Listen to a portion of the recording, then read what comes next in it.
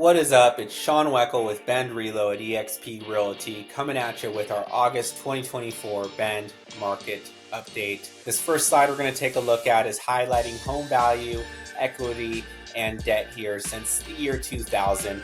Really, the moral of the story is that if you bought real estate and held on to it here over the years, you've likely done very, very well. All right, so we're looking at real estate value in the green, equity in the blue. Both have gone on an upward trajectory despite some peaks and valleys. But again, the message here, real estate is an absolutely incredible investment. Moving on here to mortgage rates. Again, a topic of discussion that we've had frequently for the last few years, but good news today. The fact that mortgage rates now have dipped to their lowest level since February. Back in May, we were around 7.5%. All right, despite some volatility, those rates have trended down all the way to around the 6.5 or 6.4% mark in August. Now, let's talk about demand based off of the rate environment. As we can see here, when we're up in the sevens, that buyer demand is very weak, and rightfully so, right? Mortgage payments are ballooning with that higher interest rate. But as we see that rate drop to 6.5% and lower, that demand starts to turn good. And if we get to 6% or below that, we are going to see strong demand again. While more volatility is expected, we do expect rates to also trend downward through the end of 2024 and into 2025. So it will be an interesting thing to watch to see if that demand does go from good to strong here as we move forward. So more on the drop in mortgage rates. We're looking at a few numbers regarding payments here on a loan amount of $500,000, one at 7.5% and one at 6.4%. As you can see, the 7.5% rate gives you a $3,502 payment, and the 6.4% rate drops you down to $3,127. Now, a $375 difference per month is noticeable. However, the biggest number in my mind is the difference over the life of the loan, which adds up to $135,140. That's significant, right? It's a down payment on another property, a chance to get another investment locked in. So that's a big deal when it comes to buyers on that end, but just again, simply in living your life and being able to enjoy things as well. Moving forward to U.S. population growth. Okay, we're going to talk about this relative to existing home sales. And the big thing on this graph being that 2023 was the worst year for home sales since 1995, even worse than the 08, 09, and 2010 stretch. Now, looking at the population factor, we have 70 million more people living in the United States right now relative to that 1995 timeframe. Right? So what does that mean? It means that there are a lot of buyers sitting on the sidelines right now, and when those rates do come down, it is very likely that demand will be very high and the market will be very, very competitive. Again, as we mentioned, my team and I are thinking as we head through the end of 2024 into early 2025, it'll be a great time to buy here in Bend.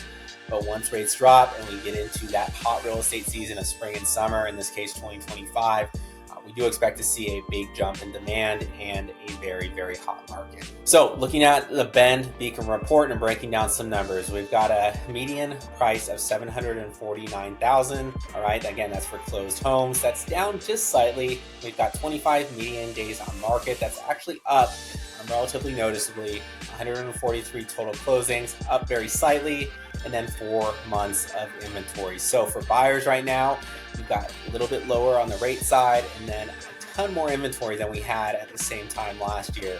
So really, it's the best time to buy in Bend right now that we've had in a very, very long time. Looking at MLS data for Bend here in August 2024, again, this is for single-family homes between 400,000 and 2.4 million. We have 672 total listings. That's up almost 6%. Again, it is still summer. People are still getting their properties on the market, so that is expected. We've got 49 median days on market, so that's gone up again just a little bit. 329 listings with change price. That is also up, and an average change from the original price is around 6%. So looking at inventory, that was one number I highlighted in terms of buyers, right? It's a really good time to buy right now relative to the last few years in Bend. We have more inventory than we've had, and our rates have slowly come down to a more manageable level. So looking at this chart, as you can see, we were hovering from 1 to 2 months of inventory, and now all of a sudden, we are up to 4, so a lot more to choose from. Looking at days in market, that is also rising here. So we've got a little bit more time for buyers on average to make decisions. Good properties are still flying off the market pretty quick, but there are occasions now where buyers can breathe a little bit and don't have to worry about getting an offer in, say on day 1 or day 2 that the property is live on the market. Looking at median price per square foot, I mentioned that took a little bit of a dip. Another reason to be a little bit more relaxed as a buyer, right? We're not seeing those prices shoot up too much despite the activity and the time of year. So just another reason to take a look, develop a strategy, and see what's on the market. So the bottom line, best buying conditions in years now through December. So my team and I all agree on this, that as we go through fall and into winter 2024, maybe even early 2025, it's really going to be the best time to buy in years. And that's a combination of lower rates as well as more inventory.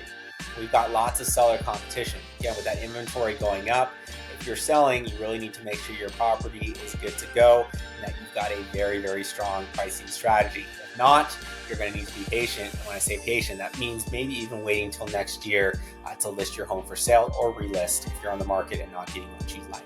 All right. And that leads to that next point, which is the sellers need to be patient if they can afford to be. All right. And that aggressive comment there at the end, it means that you do need to honor the market. If you're not getting showings, if you're not getting activity as a seller, you're going to need to look at price cuts and alternative strategies to move your home. All right.